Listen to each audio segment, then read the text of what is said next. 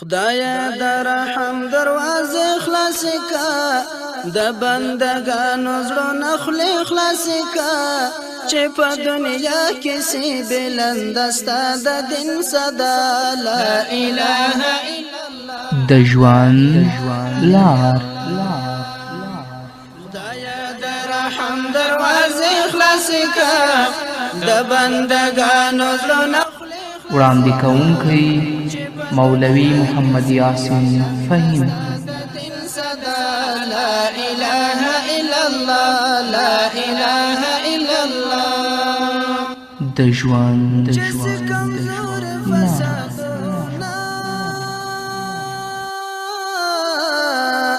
د استهزاء مرکزونه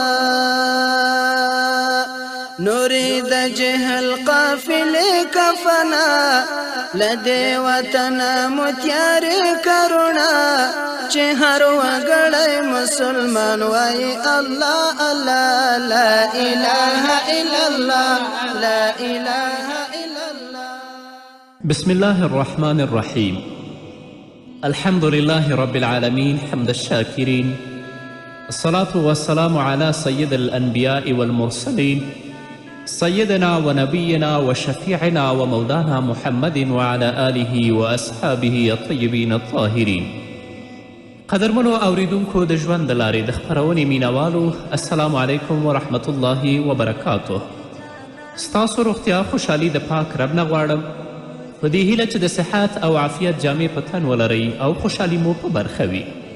دا د زه محمد یاسین فهیم د ژوند د لارې د خپرونې په وړاندې کولو کې ستاسو په خدمت کې یم، په دې هیله چې دا خپرونه ستاسو د پام وړ وګرځي. زموږ د نننۍ خپرونې موضوع ده د مصیبت علاج. امام ابن قیم جوزی رحمه الله فرمایي که یو څوک په یو مصیبت کې ښکیل شوی وي او ځان ترې خلاصول غواړي، نو ده ته پکار ده چې دغه مصیبت په خپل ذهن کې دومره لوی وانګیري چې راتلونکي ټول مصیبتونه ورته واړه ښکاره شي.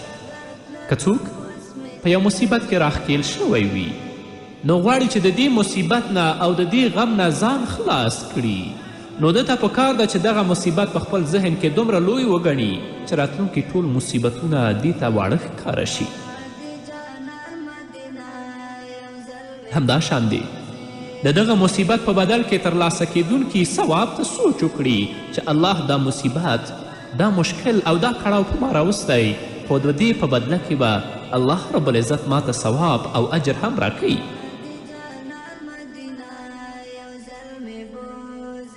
بل باید پر دې باندې وپوهیږي چې تر دې هم بدتر شته. دا مصیبت چې الله په ما باندې راوستی، د دې بدتر مصیبتونه هم شته،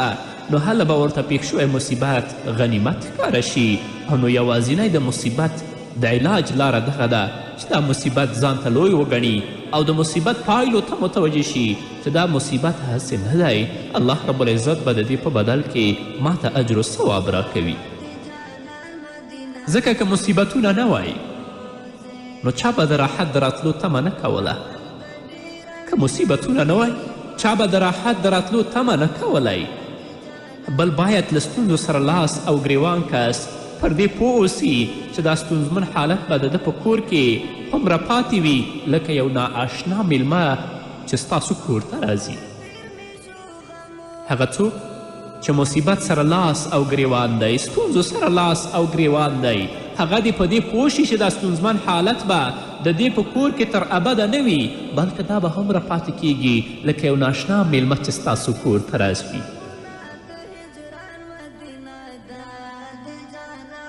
ځکه ناشنا میلمه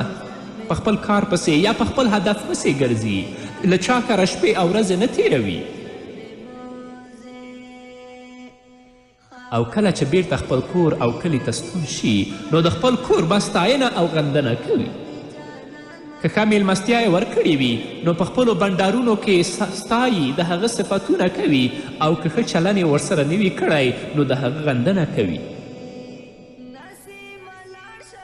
او خلک هم د میلمه په هکله دا سوچ کوي، هسې نه چې سبا راپسې خبرې وکړي. له دې امله یې ښه قدر کوي. نو مؤمن ته پکار دی چې د ستونزو او پکار ده چې د ستونزو او مصیبتونو همداسې میلمستیا وکړي، خپل ټول بدني غړي په واک کې ولري. په دې فکر کې هسې نه چې له ژبې کومه تیره پاتې خبره ونوځي او د مصیبت میلمه پرې خفه لاړ شي، بلکې بهتره دا ده چې په هغه باندې صبر وکړي. نو دا د مصیبت علاج دی. همدارنګه که موږ او تاسو د محمد رسول الله صلی الله علیه وسلم ویناوو ته د الله رب العزت ویناوو ته متوجه شو، تل لپاره هغوی موږ د مصیبت په حالت کې مانځه ته هڅوي چې تاسو مونځ ته مخه کړئ. لکه الله رب العزت فرمایي یا ایها الذین آمنوا استعینوا بالصبر والصلاة، مؤمنانو په صبر او لمانځه سره له الله نه مرسته وغواړئ. کله چې غمونه او اندېښنې ستا د زړه کور ته مخه کړي نو راولاړ شه اودس وکړه او خپل رب ته سر په سجده شه. په دې سره به د زړه ډاډمن او هره ستونزه به درته وړه ښکاره شي. ام المؤمنین حضرت عایشه رضی الله عنها فرمایی کله به چې محمد رسول الله صلی الله علیه وسلم ته کومه ستونزه ورپېښه شوه نو رسول الله به په مانځه ودرېده او بلال ته به دا ویل چې یا بلالو ارحنا بالصلاة، هی بلاله موږ ته په لمانځه باندې راحت راکړه.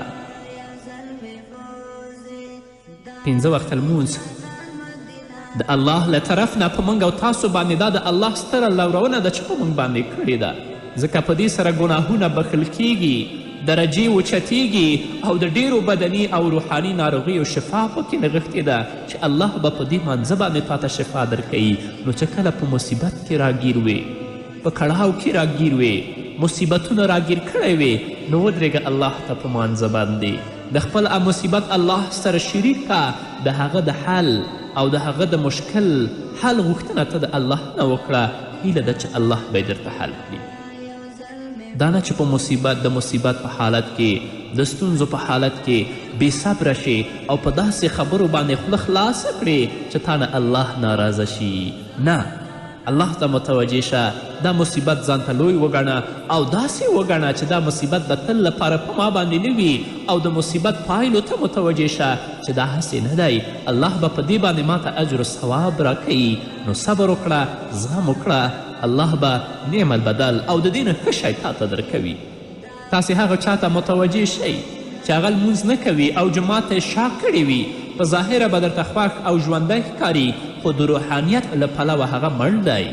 هغه څوک چې منځونه نه کوي، جماعت یې شا کړې وي، تا ته به دا ژوندی ښکاري، خو د روحانیت له پلوه دا انسان مړ دی. ځکه داسې کسان تل په یو نه یوه اندېښنه کې ښکیل وي. خو که ته جماعت ته لاړ شي، الله ته مخه کړې، د خپل راز الله سره شریک کړې، الله به د ستا ټولې ستونزې حل کړي. همدارنګه د مصیبت په حالت کې په دې باندې انسان باید پوه شي چې دا د الله له طرف نه دی. یوازینی علاج څه شی دی؟ صبر دی. که زه او ته صبر ونه کړو نو څه به وکړو؟ آیا تر صبر پرته بله چاره شته؟ نشته، بلکل نشته. ابابکر صدیق رضی الله تعالی عنه یوه ورځ ناروغ ښه مریض شو. د طبیب د راغوښتلو په اړه د حضرت ابابکر صدیق نه پوښتنه وشوه چې آیا طبیب او ډاکټر درته راوغواړو؟ حضرت ابابکر صدیق رضی الله عنه ورته وفرمیل چې زه طبیب کتلی یم. خلکو ترې پوښتنه وکړه چې څه درته وویل؟ ابابکر صدیق ویلې چې طبیب الله وایي زما چې څه خوښه شي هغه زه کوم. صبر وکړه، هو الله ته صبر وکړه او خپلې غوره پایلې ته انتظار وباسه، ځکه چې د صبر میوه خوږه وي. خپل ویښتان مه شکوه، د خپل مخونه مه شکوئ، د خپل جامې او ګریوانونه مه شکوئ. د مصیبت په حالت کې صبر وکړئ او دا وګڼئ چې دا د الله له طرفه دی دا مصیبت، او د دې ښې پایلې ته انتظار وباسئ چې هغه جنت دی او اجر و ثواب دی چې الله به درکوي. تاسو د علماو کرامو، د صحابو کرامو سیرتونه او کتابونه ولولئ چې د غمونو انبارونه به د هغو په سرو پرېوتل، خو د حق لپاره به کله لکه د غرونو ثابت ولاړ ول. یوازې دا نه بلکې د مصیبتونو مقابله یې کوله او حوادثو ته به یې ننګونې ورکولې، تر دې چې د غمونو له ترږمو به په راوتو بریمن شول. الله به هغوی کامیاب کړل او صابرین تل لپاره کامیابه وي. او بل دا چې ځان ته پخپله ته مصیبت مو جوړوه د ټولې نړۍ غمونه په سر مه اخله ځکه څه خلک داسې وي چې پخپله بستره د خوب لپاره غځېدلي وي خو په مغزو کې نړیوالې جګړې اوړي را اوړي د خوب لپاره پخپله بستره باندې پراته وي خو د هغو په مغزو کې نړیوالې جګړې اوړي را اوړي هسې خپله وینه توده کړې وي او په دغه خیالي جنګ کې دوی ته په غنیمت کې ډول ډول اندېښنې او ستونزې په لاس ورځي ډېر داسې کسان شته چې په پایله کې د معدې زخم فشار او د شکر په ناروغي اخته شي له پیښو سره یو ځای درومي د نرخونو په لوړېدو غصه سرته خیجي د باران په نه کېدو د شور غږ پورته کیږي نه داسې مه کوه د فریاد غږ مه پورته کوه یحسبون کل صیحة علیهم دوی هر زورور آواز الله وایي د ځان په ضد ګڼي نه د ځان په ضد یې مه ګڼه د ټولې نړۍ غم په ځان مه اخله نو داسې خلکو ته زما توصیه دا ده چې د ځمکې کره دې په سر نه باروي بلکې په ځمکه دې پرېږدي ځینې خلک سپنج ته ورته زړونه لري ځینې خلکو زړونه د سپنج په شان دي پیښې او حالات په هغو زړونو باندې ډیر زر اثر شیندي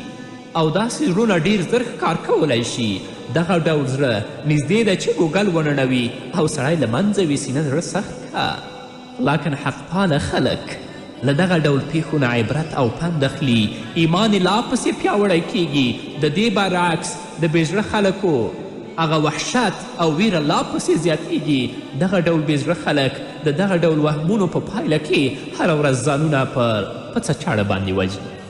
نو که ته سپېڅلی ژوند غواړي د پیښو په وړاندې په اتلولي مبارزه وکړئ ځان تر پیښو هم پیاوړی کړئ نو تاسو به بریمن شئ افسوس د هغه کمزورو خلکو په زړونو چې پیښې او حوادث لکه د وچې پاڼې رپوي ولتجدنهم احرس الناس علی حیات الله وایي ته به ارومرو دوی له هر چا نه د ژوند حریصان عمومي خو هوډمن او غیرتمند خلک د الله په مرسته او ژمنه باور لري لکه چې الله وایي فانزل السکینة علیهم الله په هغوی ډاډینه نازله کړه د حالاتو مبارزه وکړه په مصیبت باندې صبر وکړه چې الله تا ته نیم البدل درکړي قدرمنو اوریدونکو د خپرونې په دې وخت کې راځو لنډې دمې ته دمې نه وروسته زموږ خپرونه دوام لري په دې هیله چې تاسو هم زموږ ملتیا وکړو چې سلسلې د طریقت وي هم پایبندي د شریعت وي چې ستا په مینه پتنګان سوځېږي له خواهشاتو د جهان تېرېږي چې فخر کوي ملایکې پورته پر سما لا اله الا الله لا اله الا الله خدایا د رحم دروازې خلاصې که د بندګانو زړونه خولې خلاصې که چې په دنیا کې سي بلند ستا د دین صدا لا اله الا الله لا اله الا الله قدرمنو اوریدونکو بیا هم سلامونه نیکي هیلې ومنئ بل دا چې د مصیبت په حالت کې د خپل همت مه بایلئ ډېر خلک داسې وي چې هغو د خپل همت بایللی وي او پر ځای ناست وي که د دوی نه پوښتنه وشي نو ډېرې خبرې به دوی بېزړه کړي وي لکه تاسې د مدینې منافقانو ته ځیر شئ کله چې هغوی جهاد ته وبلل شول نو هغوی د څومره عادي شي له امله همت وبایله او د جهاد ډګر ته له وتلو پاتې شول ځکه له دغه منافقانو سره یوازې د خپلې ګېډې غم و که جهاد ته لاړ شي نو پاخه فصلونه به خراب شي لکه چې الله رب العزت د دغه منافق حال داسې بیان کړی چې کله دوی جنگ ته وبلل شول نو د هغوی پر ژبو داسې بانې او وزرونه واکمني کوله لکه چې هغوی ویل لا تنفروا فی الحر په ګرمي کې تاسې مه اوځئ او بل به دا ویلې چې اذن لی ولا تفتنی ما ته رخصت راکړه او ما په فتنه کې ما اچوه او داسې به ویلې چې ان بیوتنا عوره زموږ کورونه بې سرپرسته تر خطرې لاندې دي او بل به دا ویلې چې نخشه ان تصیبنا دائرتون موږ ویریږو چې موږ به په کوم غم کې راګیر نشو ما وعدنا الله ورسوله الا غرورا او دا به ویلې چې الله او د هغه پیغمبر چې له موږ سره کومې ژمنې او وعدې کړې دي هغه له فریب او چل نه پرته نور څه نه دي څومره لوېدلي او ټیټ احساسات څومره بې همتي په رښتیا هم د خېټو پهلوانان د کورونو او د ماڼیو قهرمانان سترګې نه پورته کوي چې په آسمان کې د فضیلت ستوري وګوري د هغوی همت او علمي مورال یوازې ښه موټر ښه ماڼۍ او ښه جامې وي بل څه نه وي د دې همدغه د انسانیت تر ټولو لویه ستونزه ده چې تر دې نړۍ پرته بل لوړ هدف نه لري چې د هغه ترلاسه کولو هڅه وکړي ارواپوهان لیکي چې د هر شي لپاره یو وړ حد وټاکه ځکه الله د کائناتو په نظام کې د هر شي لپاره یو اندازه ټاکلې ده لکه چې الله فرمایي قد جعل الله لكل شیء قدرا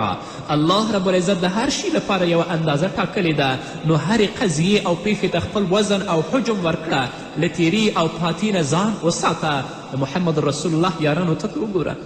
چې د ونې در سوري لاندې چې کله د رسول الله سره د وفاداري بیعت کوه نو د الله خوښي یې ترلاسه کړه کله الله چې په خپل کلام کې وایي خو یو سړي دغه وخت هغه ته خپل اوښ ته هر څه ډېر ارزښتمن ښکاره شه له دې امله له بیعت له دغه ویاړ نه هغه بې برخې شه خپل اوښ پسې لاړه نو هر شي لپاره اندازه وټاکه خوشحالي لپاره هم غم لپاره هم خو په مصیبت کې د خپل همت مه بایله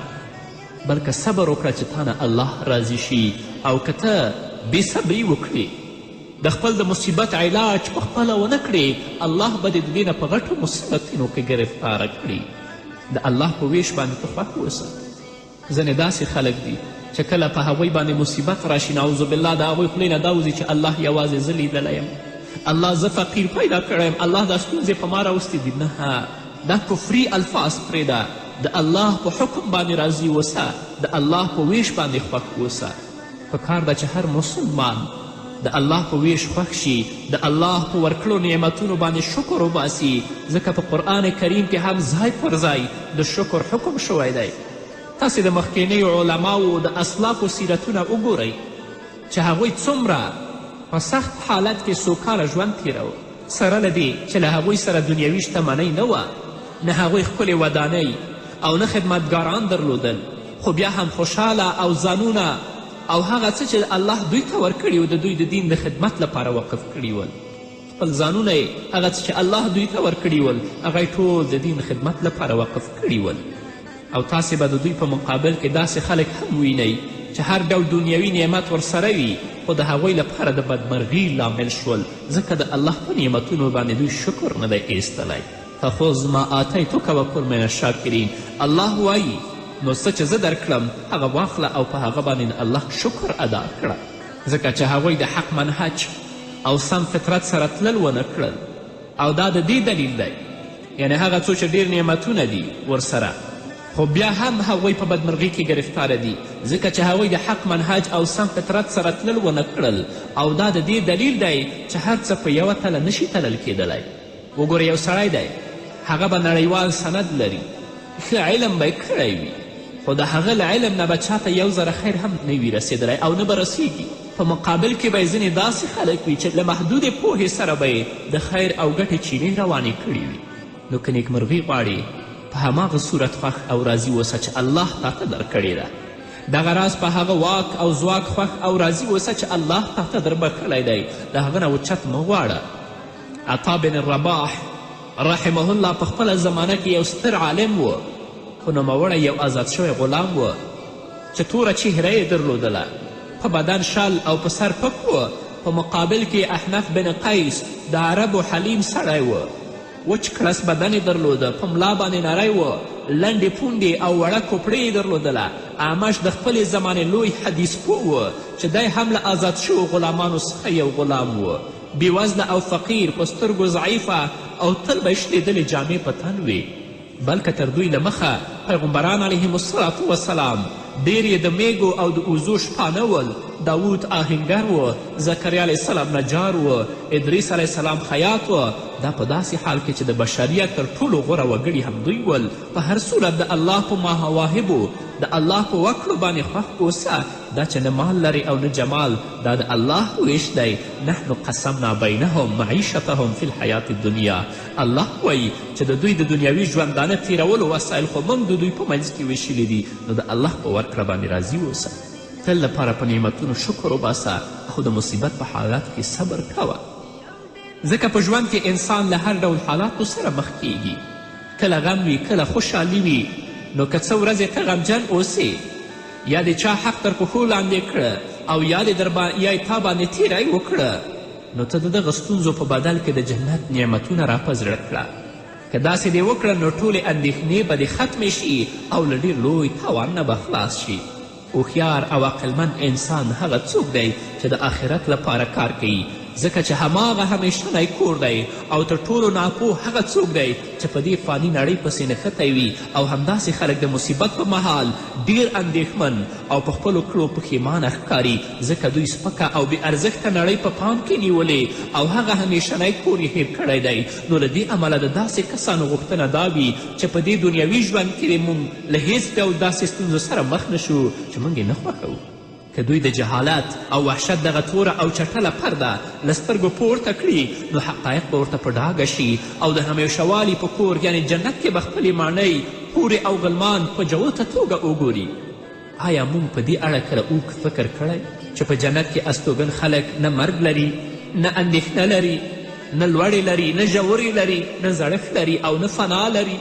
هغوی به په داسې کوټو کې استوګنې وي چې ظاهر به یې له باطن څخه ښکاري او باطن به یې له ظاهره څخه ښکاري. هلته داسې څه شته چې نه سترګو لیدلي، نه د هغه په اړه غوږونو څه اورېدلي او نه د کوم انسان په خواطرو کې راغلي، په زړه کې راغلي. داسې ونو لاندې به ناست وي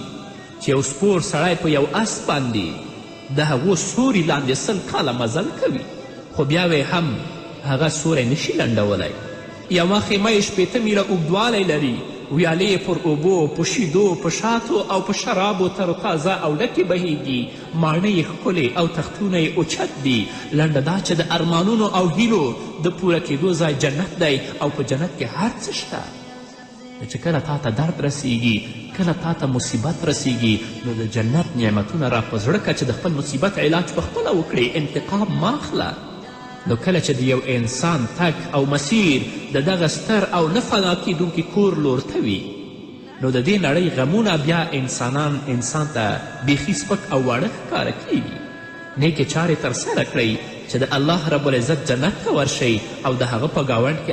استوګن شئ، لکه چې الله فرمایي سلام علیکم بما صبرتم فنعم عقب الدار. الله رب العزت به جنتیانو ته په جنت کې ووایي چې پر تاسې د سلامتیا وي، څنګه چې تاسې په دنیا کې له صبر څخه کار واخیسته، د مصیبت په مقابل کې هم صبر وکړه، د هغه په برکت نن تاسې د دې وړ ګرځېدلي یاست. نو څه ښه دی دغه د آخرت کور الله وایي. نو الله دې موږ ته په مصیبتونو باندې صبر راکړي. الله رب العزت دې د هغه ښه اجرونه موږ او تاسې ته راکړي چې الله رب العزت موږ او تاسو نه په دنیا کې او په آخرت کې راضي شي. نو قدرمنو اوریدونکو، دا وه زموږ نننۍ خپرونه چې ستاسو درانه حضور ته وړاندې کړه. تر بلې خپرونې پورې چې زه بیا هم ستاسو درانه حضور ته راځم، تاسو ټول په الله سپارم. پاتې ژوند او پاتې ورځم نیکمرغه. الله مو مل شه. ذکر مو چل که پرګو خدایا د رحم دروازې خلاصې که، د بندګانو زړونه خولې خلاصې که، چې په دنیا کې سي بلنده ستا د دین صدا لا اله الا الله. د ژوند لار رحم دروازې خلاصې که، د بندګانو زړونه وړاندې کوونکی مولوي محمد یاسین فهیم. لا اله الا الله، لا اله الا الله. د ژوند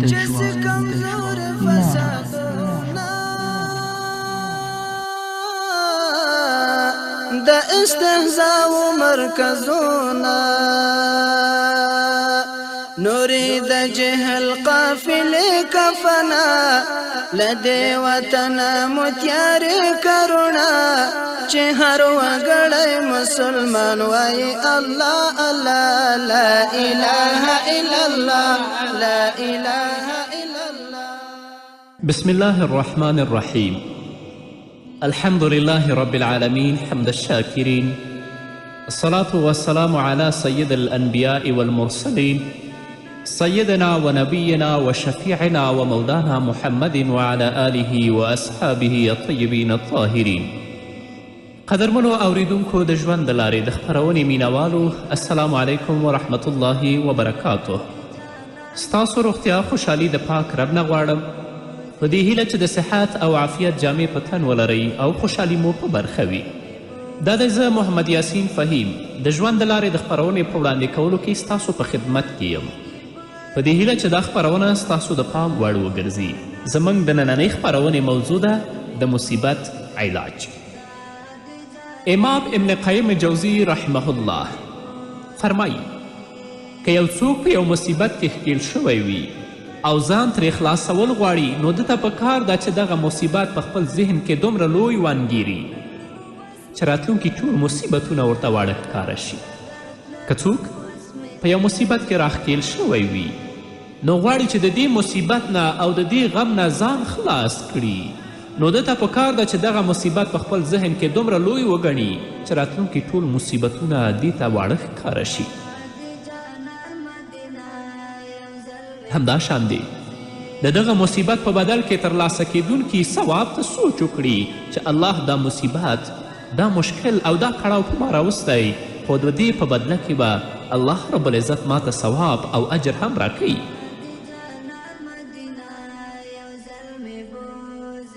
بل باید پر دې باندې وپوهیږي چې تر دې هم بدتر شته. دا مصیبت چې الله په ما باندې راوستی د دې بدتر مصیبتونه هم شته نو هله به ورته پیښ شوی مصیبت غنیمت ښکاره شي او نو یوازینی د مصیبت د علاج لاره دغه ده چې دا مصیبت ځان ته لوی وګڼي او د مصیبت پایلو ته متوجه شي چې دا مصیبت هسې نه دی الله رب العزت به د دې په بدل کې ما ته اجر و ثواب راکوي. ځکه که مصیبتونه نه وای نو چا به د راحت د راتلو تمه نه کوله. که مصیبتونه نه وای چا به د راحت د راتلو تمه نه کولی. بل باید له ستونزو سره لاس او ګریوان کس پر دې پوه اوسي چې دا ستونزمن حالت به د ده په کور کې هومره پاتې وي لکه یو نااشنا میلمه چې ستاسو کور ته راځي. هغه څوک چې مصیبت سره لاس او ګریوان دی ستونزو سره لاس او ګریوان دی هغه دې په دې پوه شي چې دا ستونزمن حالت به د دې په کور کې تر ابده نه وي بلکې دا به هومره پاتې کیږي لکه یو ناشنا میلمه چې ستاسو کور ته راځي.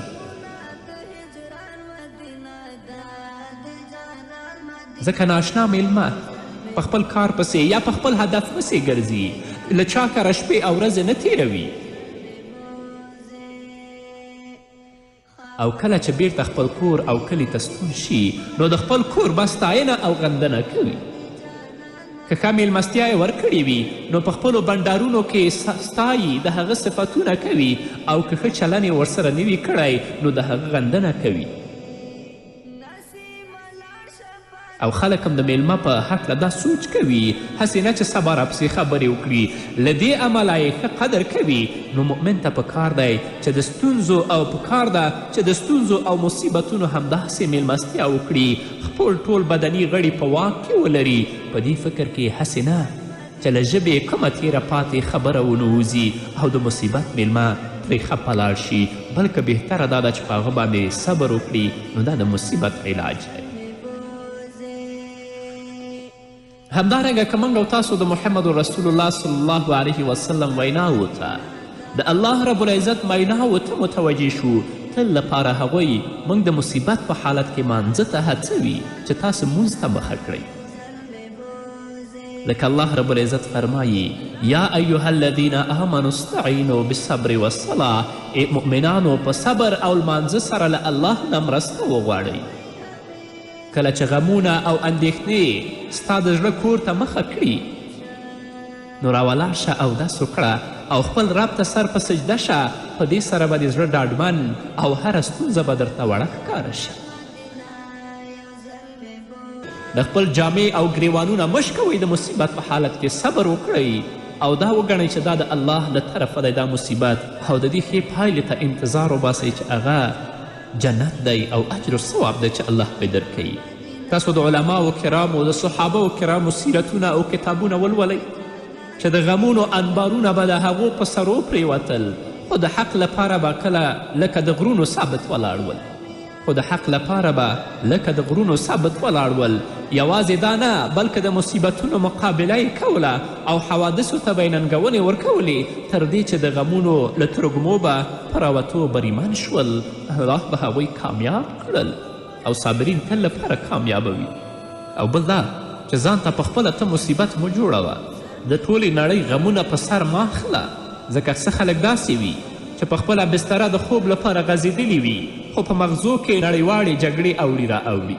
د خوب لپاره په خپله بستره باندې پراته وي خو د هغو په مغزو کې نړیوالې جګړې اوړي را اوړي هسې خپله وینه توده کړې وي او په دغه خیالي جنگ کې دوی ته په غنیمت کې ډول ډول اندېښنې او ستونزې په لاس ورځي ډېر داسې کسان شته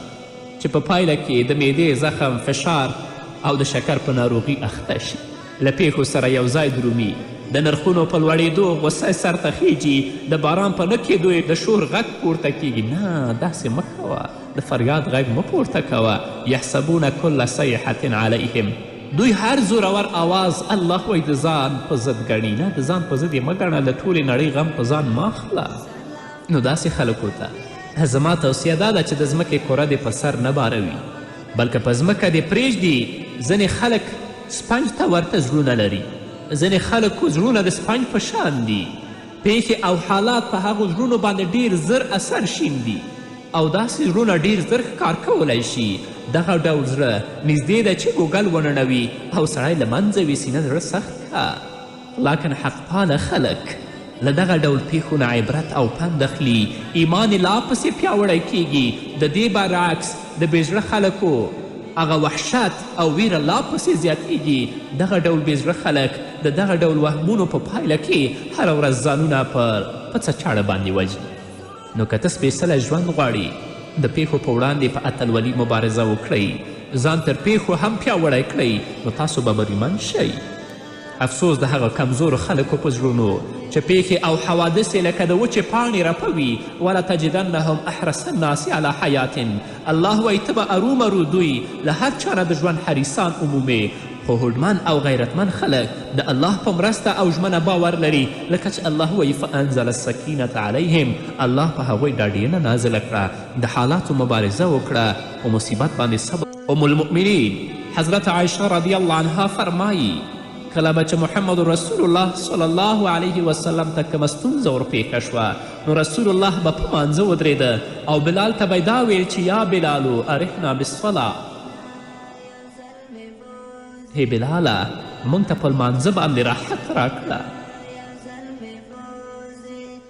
5 وخته لمونځ د الله له طرف نه په موږ او تاسو باندې دا د الله ستره لورونه ده چې په موږ باندې کړې ده ځکه په دې سره ګناهونه بخښل کیږي درجې اوچتیږي او د ډیرو بدني او روحاني ناروغیو شفا پکې نغښتې ده چې الله به په دې مانځه باندې تا ته شفا درکوي نو چې کله په مصیبت کې راګیر وې په کړهاو کې راګیر وې مصیبتونه راګیر کړی وې نو ودرېږه الله ته په مانځه باندې د خپل مصیبت الله سره شریک که د هغه د حل او د هغه د مشکل حل غوښتنه ته د الله نه وکړه هیله ده چې الله به یې درته حل کړي دا نه چې په د مصیبت په حالت کې د ستونزو په حالت کې بې صبره شي او په داسې خبرو باندې خوله خلاصه کړې چې تا نه الله ناراضه شي نه الله ته متوجه شه دا مصیبت ځان ته لوی وګڼه او داسې وګڼه چې دا مصیبت د تل لپاره په ما باندې نه وي او د مصیبت پایلو ته متوجه شه چې دا هسې نه دی الله به په دې باندې ما ته اجر و ثواب راکوي نو صبر وکړه زغم وکړه الله به نعم البدل او د دې نه ښه شی تا ته درکوي تاسې هغه چا ته متوجه شئ چې هغه لمونځ نه کوي او جومات ته یې شا کړې وي په ظاهره به درته خوښ او ژوندی ښکاري خو د روحانیت له پلوه هغه مړ دی هغه څوک چې منځونه نه کوي جومات ته یې شا کړې وي تا ته به دا ژوندی ښکاري خو د روحانیت له پلوه دا انسان مړ دی ځکه داسې کسان تل په یو نه یوه اندېښنه کې ښکیل وي خو که ته جومات ته لاړ شي الله ته مخه کړې د خپل راز الله سره شریک کړې الله به د ستا ټولې ستونزې حل کړي همدارنګه د مصیبت په حالت کې په دې باندې انسان باید پوه شي چې دا د الله له طرف نه دی یوازینی علاج یې څه شی دی صبر دی که زه او ته صبر ونه کړو نو څه به وکړو آیا تر صبر پرته بله چاره شته نشته بلکل نشته ابابکر صدیق رضی الله تعالی عنه یوه ورځ ناروغ شه مریض شو د طبیب د راغوښتلو په اړه د حضرت ابابکر صدیق نه پوښتنه وشوه چې آیا طبیب او ډاکټر درته راوغواړو حضرت ابابکر صدیق رضی الله عنه ورته وفرمیل چې زه طبیب کتلی یم خلکو ترې پوښتنه وکړه چې څه درته وویل ابابکر صدیق ویلې چې طبیب الله وایي زما چې څه خوښه شي هغه زه کوم صبر وکړه هو الله ته صبر وکړه او خپلې غوره پایلې ته انتظار وباسه ځکه چې د صبر میوه خوږه وي. خپل ویښتان مه شکوه، خپل مخونه مه شکوئ، پر وکړه چې الله تا ته نیم البدل درکړي. قدرمنو اوریدونکو، د خپرونې په دې وخت کې راځو لنډې دمې ته. دمې نه وروسته زموږ خپرونه دوام لري په دې هیله چې تاسو هم زموږ ملتیا وکړئ. چې سلسلې د طریقت وي هم پایبندي د شریعت وي، چې ستا په مینه پتنګان سوځېږي له خواهشاتو د جهان تېرېږي، چې فخر کوي ملایکې پورته پر سما لا اله الا الله لا اله الا الله. خدایا د رحم دروازې خلاصې که د بندګانو زړونه خولې خلاصې که، چې په دنیا کې سي بلند ستا د دین صدا لا اله الا الله لا اله الا الله. قدرمنو اوریدونکو، بیا هم سلامونه نیکې هیلې ومنئ. بل دا چې د مصیبت په حالت کې د خپل همت مه بایلئ. ډېر خلک داسې وي چې هغو د خپل همت بایللی وي او پر ځای ناست وي. که د دوی نه پوښتنه وشي نو ډېرې خبرې به دوی بې زړه کړي وي. لکه تاسې د مدینې منافقانو ته ځیر شئ. کله چې هغوی جهاد ته وبلل شول نو هغوی د څومره عادي شي له امله همت وبایله او د جهاد ډګر ته له وتلو پاتې شول، ځکه له دغه منافقانو سره یوازې د خپلې ګېډې غم و. که جهاد ته لاړ شي نو پاخه فصلونه به خراب شي، لکه چې الله رب العزت د دغه منافق حال داسې بیان کړی چې کله دوی جنگ ته وبلل شول نو د هغوی پر ژبو داسې بانې او وزرونه واکمني کوله لکه چې هغوی به ویل لا تنفروا فی الحر، په ګرمي کې تاسې مه اوځئ. او بل به دا ویلې چې اذن لی ولا تفتنی، ما ته رخصت راکړه او ما په فتنه کې ما اچوه. او داسې به ویلې چې ان بیوتنا عوره، زموږ کورونه بې سرپرسته تر خطرې لاندې دي. او بل به دا ویلې چې نخشا ان تصیبنا دائرتون، موږ ویریږو چې موږ به په کوم قوم کې راګیر نشو. ما وعدنا الله ورسوله الا غرورا، او دا به ویلې چې الله او د هغه پیغمبر چې له موږ سره کومې ژمنې او وعدې کړې دي هغه له فریب او چل نه پرته نور څه نه دي. څومره لوېدلي او ټیټ احساسات، څومره بې همتي. په رښتیا هم د خېټو پهلوانان، د کورونو او د ماڼیو قهرمانان سترګې نه پورته کوي چې په آسمان کې د فضیلت ستوري وګوري. د هغوی همت او علمي مورال یوازې ښه موټر، ښه ماڼۍ او ښه جامې وي، بل څه نه وي د دې. همدغه د انسانیت تر ټولو لویه ستونزه ده چې تر دې نړۍ پرته بل لوړ هدف نه لري چې د هغه ترلاسه کولو هڅه وکړي. ارواپوهان لیکي چې د هر شي لپاره یو وړ حد وټاکه، ځکه